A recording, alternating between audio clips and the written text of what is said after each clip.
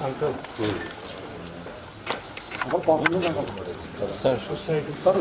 थोड़ा सा इस साइड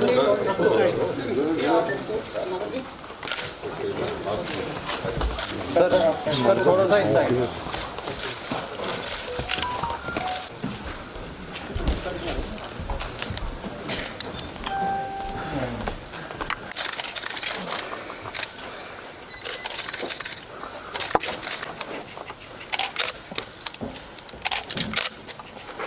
खड़ी हुई है। आज कश्मीर में वो विचारधारा अगर कायम रखी है तो भारतीय जनता का शहीद हुआ। जब हम उनके घर पे गए तो उनके मन में एक ही हुआ, आज हमारा भी कार्यकर्ता वसीम बारी अपने परिवार से शहीद हुआ, लेकिन आम के तहत इतनी मदद की, इस प्रोग्राम के तहत इतनी मदद की, बहुत ही नौजवानों को शहीद कर दिया। यहाँ के नेताओं ने एक शब्द भी अपनी जबान से उस परिवार के साथ जाहिर करने के लिए आप चलेंगे तो शायद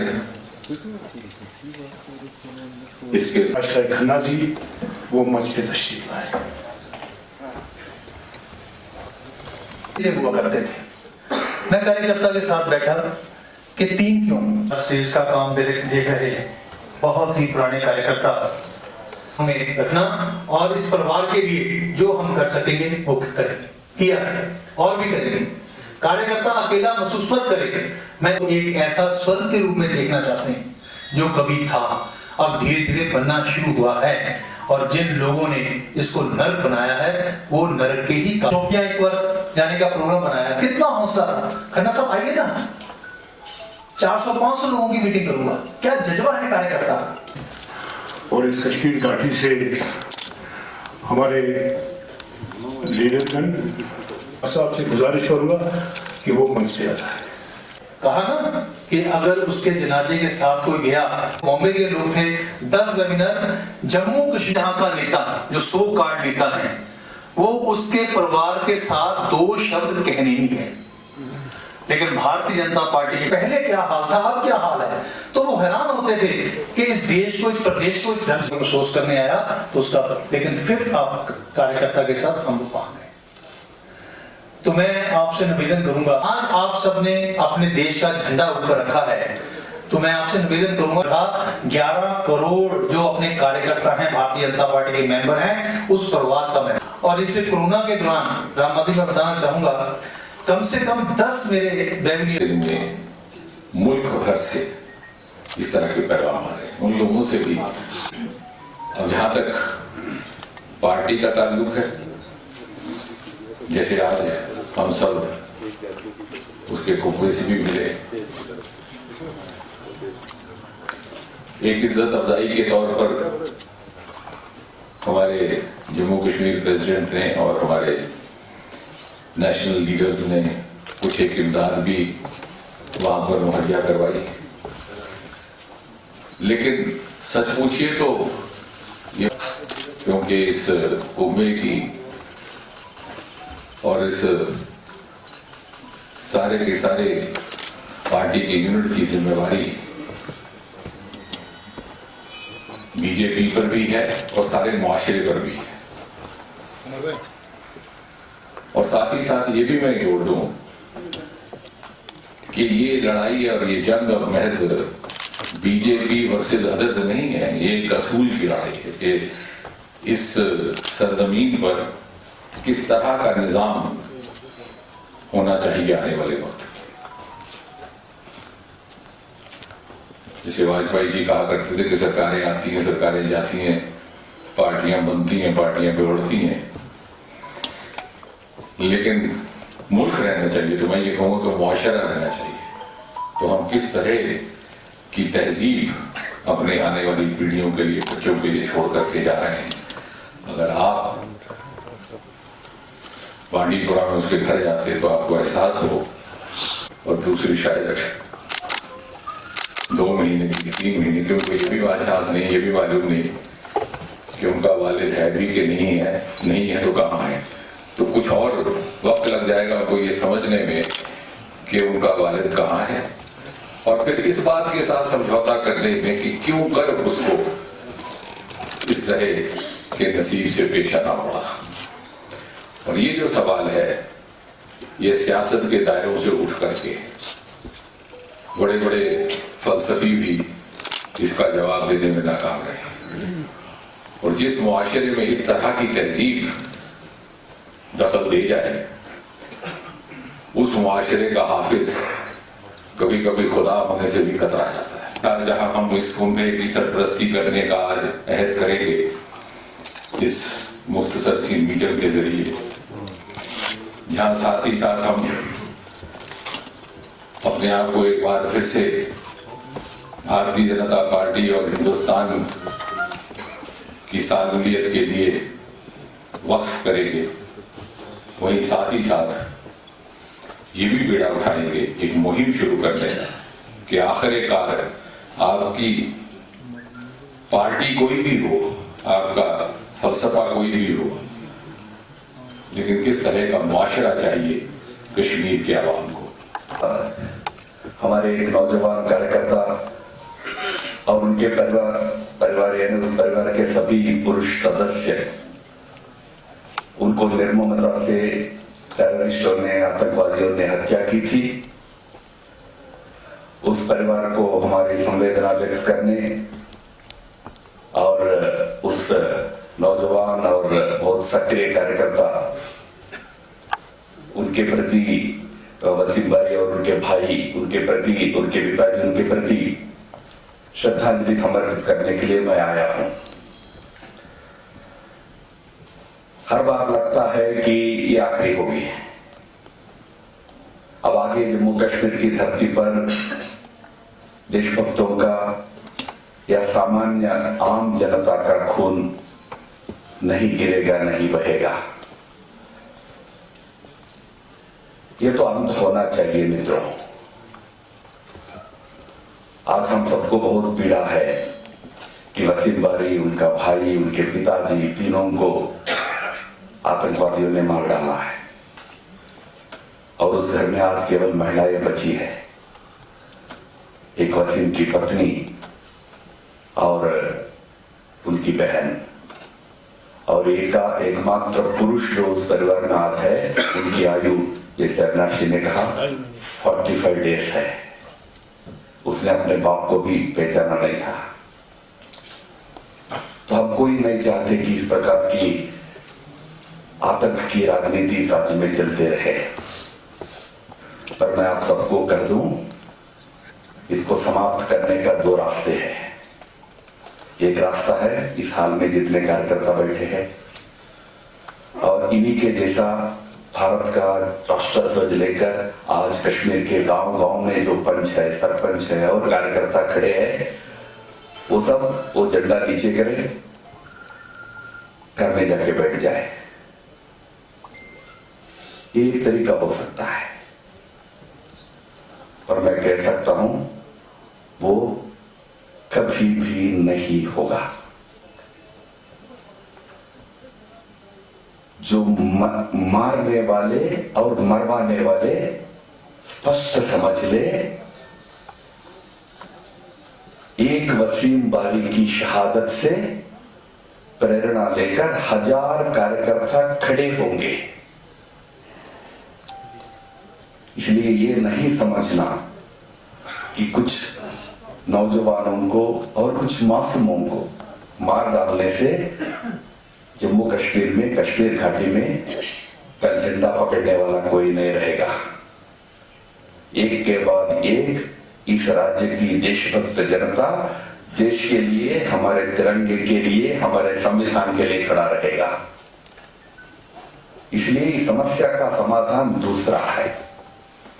वो दूसरा समाधान ये है, इन आतंकियों को, इनको जो बना के एक्सपोर्ट करता है इसे पाकिस्तान को, इनको एक सही उत्तर देना पड़ेगा। इसलिए जो आतंकी है, इस प्रकार की गतिविधि करने में बार बार लगते हैं, उनको उनके मित्रों के पास, उनके पड़ोसियों के पास लगातार भेजना जारी रहेगा। और आज जो वसीम बारी के साथ हुआ या उससे पहले हमारे पंडिता जी के साथ हुआ, क्या यहाँ एक सिलसिला चल पड़ा है राजनीतिक कार्यकर्ताओं को मारने का? जो लोग वो मारने वाले हैं उनमें किसी को भी बख्शा नहीं जाएगा। पर मित्रों, कश्मीर की विडंबना केवल मारने वालों से मात्र नहीं रही है, यहां मरवाने वाले भी होते हैं। ऐसे एक वर्ग इस राज्य में है जो इस राज्य के आज की जो आतंक की त्रासदी है उसके जड़ में वो वर्ग है। 40-50 साल तक हजारों युवकों को गलत रास्ते में ढकेल कर हिंसा और आतंक को यहां सैद्धांतिक और अन्य प्रकार का सहयोग देकर हजारों परिवारों में आज जो दुख और कष्ट जो हुआ उसका कारण बनकर आज भी बैठ के हमारे स्वार्थ, उनके खुद के स्वार्थ के लिए इधर से इस्तीफा देके उधर बैठना, उधर की इस्तीफा देके इधर के बैठने का नाटक जो कर रहे हैं वो असल में इस राज्य के दुर्भाग्य है। दे दिया तो क्या पाप धुल जाएगा? कितने हजार परिवारों का मां का गोद का बच्चे को आपने छीन लिया है, कितने लोगों को मरवाया है, और अंत में कुछ आपको वहां पर पद को लेकर झंझट हुआ या कुछ और कारण से झंझट हुआ तो आज वहां से दूर हो गए, वहां की इस्तीफा दे दी है, 2 पन्ने का लेटर लिखकर ऑडियो स्टेटमेंट रिलीज करके आपके पाप नहीं धुलेंगे। और जो ये स्थिति है, यह स्थिति को इस राज्य में बदलना है, इसके लिए हम सब संकल्प से काम कर रहे हैं। यह स्थिति इसीलिए पनपती रही क्योंकि इस राज्य में एक धारा 370 जैसा एक अधिकरण ऐसे लोगों को प्रश्रय दे रहा था। उस धारा 370 के आड़ में यहां पर देश विरोधी गतिविधि चलाओ, आतंक को खुलेआम समर्थन करो, बच्चों को गलत रास्ते में ढकेलो, सब कुछ नाटक चल रहा था।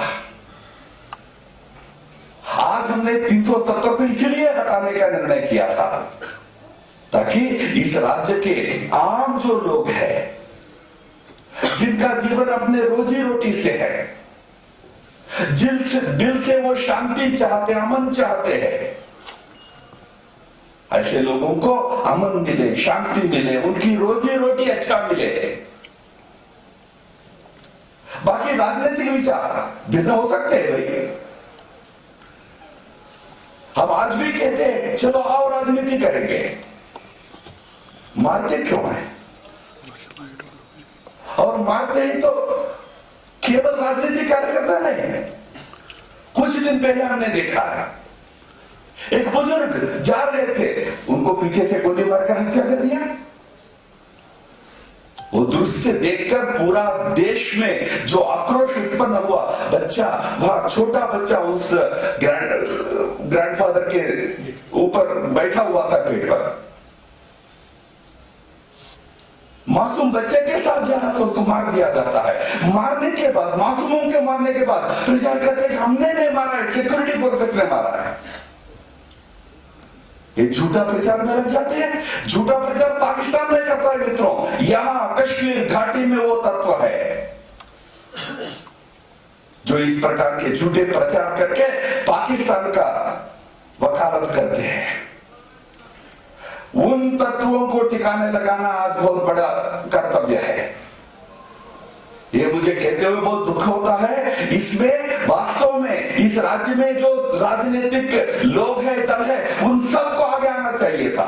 मैं आज भी कह रहा हूं, राजनीतिक बहस में आपका भिन्न विचार हो सकता है, आप राजनीतिक बहस में आज भी जनता के पास जाओ ना, ये कहकर जाओ ना कि नहीं हमको 370 वापस चाहिए, हम उसका हम आप उस आर्गुमेंट करो पॉलिटिकली, उसका विरोधी नहीं है। हम कहते हैं कि 370 इस राज्य के लिए बहुत बड़ी त्रासदी रही, इसलिए हमने हटाया है। आप कहो कि नहीं इससे फायदा है, लोगों को समझाओ, वो राजनीति होती है। पर यहां या तो उस उसके नाम पर आतंक को समर्थन देने वाले, मरवाने वाले लोग हैं, या तो घर में बैठकर मातम मनाने वाले बाकी नेता हैं। हमको लगता था 370 की मृत्यु हो गई तो 10 दिन 15 दिन मातम रहेगा। 1 साल होने को है, आज भी मातम मना रहे, बाहर नहीं निकलते। भाई इस राज्य के सभी नेता आज फ्री है, एक आध को छोड़कर। कोई दिल्ली बैठा है, कोई कश्मीर में है, केवल ट्वीट करता है, सड़क पे आता नहीं है। फिर राजनीति करना यानी क्या होता है? जनता के बीच रहकर जनता के इश्यूज को लेकर प्रशासन से आप बात करो, संघर्ष करो, यह राजनीति होती है। अब आप कितना भी मातम मनाओ, 370 वापस आने वाला नहीं है। 1 साल हो गया, और कितना श्रद्धांजलि करते रहोगे? आखिर सामान्य राजनीतिक गतिविधि करो। वो खतरा ही है, क्योंकि टारगेट तो इस टाइप ऐसा है, यहाँ हमारे सभी कार्यकर्ताओं को जिन जिन की सुरक्षा की जो आवश्यकता है उसका आधार पर सुरक्षा देने का प्रबंध हो रहा है। और जो शहीद हुए हमारे वसीम बारी वगैरह, उनके लिए भी सुरक्षा की व्यवस्था की गई थी, पर उसमें कुछ चूक हो गई। उस चूक के चलते ये दुर्घटना घटी है। उस पर प्रशासन कार्रवाई जरूर करेगी। प्रशासन हमारे नहीं, यहाँ के सभी राजनीतिक कार्यकर्ताओं को जो आवश्यक सुरक्षा देने के लिए सारी तैयारी कर रही है। माधव जी, अभी आप अंदर बात कर रहे थे, कह रहे थे कि 1 साल होने को आया और अभी जल्द चुनाव भी होने वाले हैं, तो क्या चुनाव के लिए, हालांकि अभी कोविड का चल रहा है तो संभव नहीं है, लेकिन क्या कुछ रणनीति है चुनाव को लेके, और कब आप देख रहे हैं कि कब? नहीं, जो जम्मू कश्मीर का यूटी का कानून बना, उसके अंदर जम्मू कश्मीर यूटी के लिए एक लेजिस्लेटिव असेंबली भी होगी और उसके लिए डिलिमिटेशन का एक्सरसाइज प्रारंभ हुआ है। मैं मानता हूं कि डिलिमिटेशन एक्सरसाइज पूरा होने के बाद अनुकूल समय देखकर जरूर इस राज्य में लेजिस्लेटिव असेंबली यूटी के लिए बनाया जाएगा।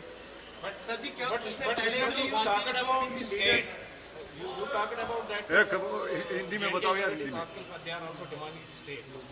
नहीं, जैसा मैंने कहा, यहाँ इस समय प्रायोरिटी कोविड से लड़ना पहले ही प्राथमिकता है। उसके बाद यहाँ डिलिमिटेशन की एक्सरसाइज पूरा होना है। उसके बाद यूटी के लिए लेजिस्लेटिव असेंबली बनेगा, ये प्रायोरिटी है। जब अनुकूल समय आएगा बाकी सारे मुद्दों के ऊपर भी जरूर भारत सरकार निर्णय लेगी। शुक्रिया, बहुत बहुत शुक्रिया। हम देख रहे हैं कि है कि राजनीतिक गतिविधि क्यों शुरू नहीं कर रही, ये प्रश्न उनसे पूछ रहे हैं। यहाँ सामान्य जनता के लिए खड़ा होने के लिए आज पीडीपी या एनसी के नेता तैयार नहीं है। वो तो अपने ट्विटर की दुनिया का आनंद लेकर घूम रहे हैं, जनता के बीच आ नहीं रहे हैं, जनता की समस्याएं उठा नहीं रहे हैं प्रशासन के साथ। तो वो जो गैर जिम्मेदारी व्यवहार कर रहे हैं उसको छोड़कर सही राजनेता जैसा आके जनता के बीच खड़ा होकर उनकी समस्याओं के लिए काम करना चाहिए। मुझे ये बताइए।